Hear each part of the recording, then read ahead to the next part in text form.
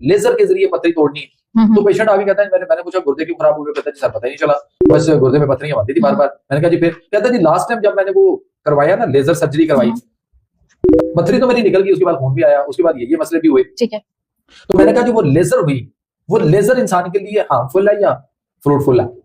Definitely harmful है। तो वो लेजर यहाँ से गई, फर्ज करें इधर से, और ये गुर्दा है, तो यहाँ से लेजर वहां तक पहुंची और उसने जाके स्टोन को तो तोड़ा, लेकिन जिस जिस जगह से लेजर गुजर के गई है उसने उस बॉडी में वहां कुछ भी नहीं किया, डैमेज किया। इसको कोई भी सोच रहा क्या डैमेजेस हो रहे हैं, क्या मसाइल बन रहे हैं, आप फितरत को छेड़ रहे हैं, फितरत के साथ छेड़खानी कर रहे हैं। हालांकि फितरत ने आपको, नेचर ने आपको ऐसे इंग्रेडिएंट, ऐसी चीजें दी हैं कि वो मरीज की कंडीशन के मुताबिक उसकी दवाई बनाई जाए, उसको दी जाए, उसकी पथरी निकल सकती, खत्म हो सकती है। और जो बार बार बनती वो भी नहीं बनेगी और उसके बाद वो बंदा नॉर्मल लाइफ गुजार सकता है। लेकिन वो कहता कोई बात नहीं, बनती है तो निकल जाती है, बस ठीक है, मैं भी इसी में लगाऊं। इसी तरह से गुर्दों में सिस्ट बनती है, छोटी छोटी पानी की थैलियां बनती हैं। अच्छा, गुर्दों में यस बनती है। अच्छा, वो सिस्ट चने के दाल के दाने के बराबर या इससे जरा छोटी, फिर उससे थोड़ा और बड़ी, फिर और बड़ी, फिर और बड़ी होती जाती है। फिर एक वक्त आता है कि पूरा गुर्दा है और उसके अंदर से आधे से ज्यादा वो सिस्ट बन चुकी होती है। अच्छा, वो गुर्दे के फंक्शन को नकारा कर देती है और हालात हमारे जो है वो मरीज के खराब हो जाते हैं। फिर वो सिस्ट आहिस्ता आहिस्ता आगे हेमोरेजिक सिस्ट में भी कन्वर्ट हो जाती है, यानी खून वाली हेमोरेजिक भी हो सकती है। अगर वो खून वाली बनी तो वो ज्यादा चांसेस है कि वो कैंसर की तरफ चली जाए और कैंसर की तरफ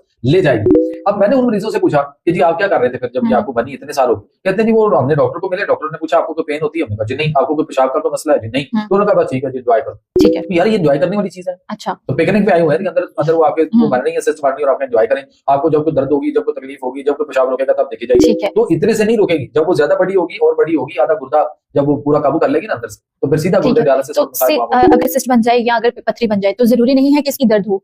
हाँ, दर्द होना जरूरी नहीं है, दर्द नहीं होती। स्टार्ट में इलामात क्या क्या हो सकती हैं? सर इलामात बेशुमार है, पेशाब का कम आना, पेशाब में गड़बड़ होना, बार बार उसका आना या पेशाब रुक कर आना, इस तरह की चीजें हो सकती हैं। लेकिन यहाँ पे हमारा मकसद उसको समझाने का ये है कि भाई वो बार बार क्यों मर रही है, उसको देखो। और अगर बन चुकी हुई है तो नेचुरोपैथिक सिस्टम से उसका इलाज करो, अल्लाह ताला का निजाम से देखो, अल्लाह का निजाम से देखो। अल्लाह का निजाम से तो वो है जो बीमारियों से शिफा देना चाहता है। और हम अंग्रेजों की, फरंगियों की दवाइयों के पीछे पड़ गए हुए हैं और हमें किसी ने ये माइंड सेट कर दिया हुआ है कि जिंदगी भर आपने दवाइयां खानी, आप दवाइयों पे जिंदा रहोगे। तो दवाइयों पे तो फिर जिंदा कोई भी नहीं रह रहा ना, देख ले कोई दवाइयों पे जिंदा है? बिल्कुल भी नहीं। बंदा बहुत हो गया और पीछे इतना बड़े 2-4 छापर और एक टोकरी जो है उसके बेड के पास वो छोड़ के जाता है। ठीक है। अच्छा डॉक्टर साहब मुझे ये बताएं कि नेचुरोपैथी में मुकम्मल तौर पे इलाज है गुर्दे में अगर पथरी हो जाए, कोई मसला हो जाए? सर है ही नेचुरोपैथी में इलाज। ठीक है। नेचुरोपैथिक जो तरीका इलाज है ये अल्लाह ताला का फितरी तरीका इलाज, फितरत और नेचर पे बेस करता है। इसके लिए आप किसी भी तबीब को मिल लें। ठीक है। लेकिन तबीब देखना पड़ेगा जो तबीब हो। ठीक है। नीम हकीम खतरा जानना हो। ठीक है, मतलब वो ना हो। ओके, अच्छा मुझे बताएं कि इसका ज़हनी जो हमारा दबाव है उस पे क्या असर पड़ता है?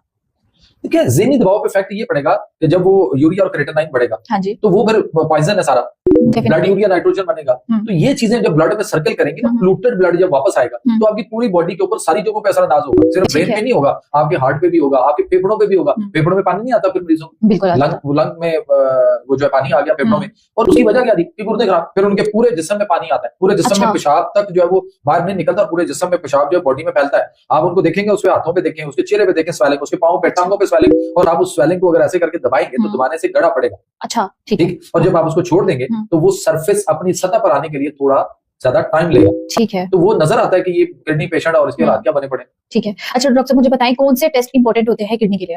देखिए उसके लिए आरएफटी है, ब्लड यूरिया है, ब्लड यूरिया नाइट्रोजन है, उसके बाद फिर उसका जो है वो क्रेटिनाइन है। अच्छा क्रेटिनाइन के बारे में मैं ये कहूंगा जिसका 1 पॉइंट से ऊपर जाए तो 1.23 तक हो तो चले आप गुजारा कर लें, लेकिन 1.3 या इससे ऊपर चला जाए तो फौरी अपने गुर्दों की खराबी को देखें, उसका इलाज करें। वो कहता है जी, डॉक्टर कहता है इतना 1.5-2 पॉइंट तक भी रहता है, खैर है कुछ मसला नहीं। अच्छा भाई खैर है नहीं है, आज थोड़ा मसला जल्दी ठीक हो जाए, जब उसको बिगाड़ते रहोगे तो फिर गर्दन पे कट लगेगा, होश आएगी तो पता चलेगा 3-4 डायलिसिस, यानी खून साफ हो चुका, गुर्दे वाश नहीं हुए, खून साफ हो चुका।